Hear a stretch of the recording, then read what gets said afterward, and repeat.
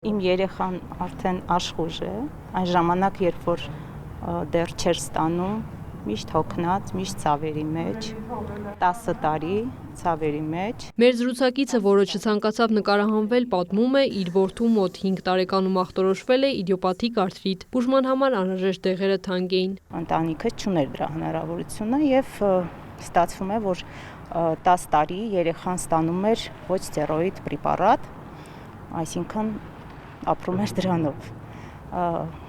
ցավազրկվում էր, հաճախում էր դպրոց, գալիս էր, եթե պարապմունք ուներ, նորից իբուպրոֆեն, նորից գնում էր, գալիս էր եւ այդպես 10 տարի։ Կինը պատմում է 2024 թվականը բեկումնային էր իր որդու համար, մեկնարկեց պատանեկան իդիոպաթիկ արթրիտի բուժման թանկարժեք եւ անվճար դեղերով ապահովման պետական ծրագիրը, ծրագրի շահառուները մինչեւ 18 տարեկաններն են։ Հիմա արդեն 1 տարուց ավել է երեխան ստանում է այդ պրեպարատը, ինչի ֆոնի վրա կա դրական դինամիկա եւ երեխան իրան զգում է լիարժեք։ Ելնելով այն հանգամանքից, որ երեխաների առողջական խնդիրները ամենաառաջնային առաջնահերթությունն են առողջապահության եւ նաեւ մեր կառավարության համար,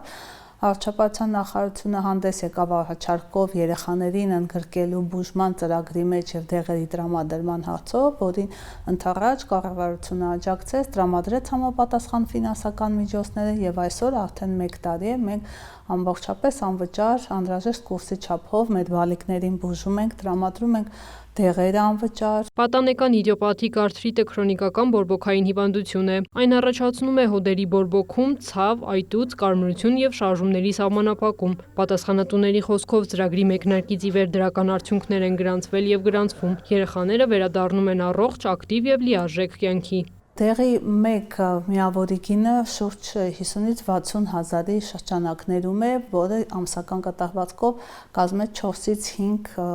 սրվակ տրամադրվում է երեխաներին։ Դա բավականին մեծ ֆինանսական բեռ է ծնողի համար եւ ոչ բոլորն են կարողանում իրենց թույլ տան այս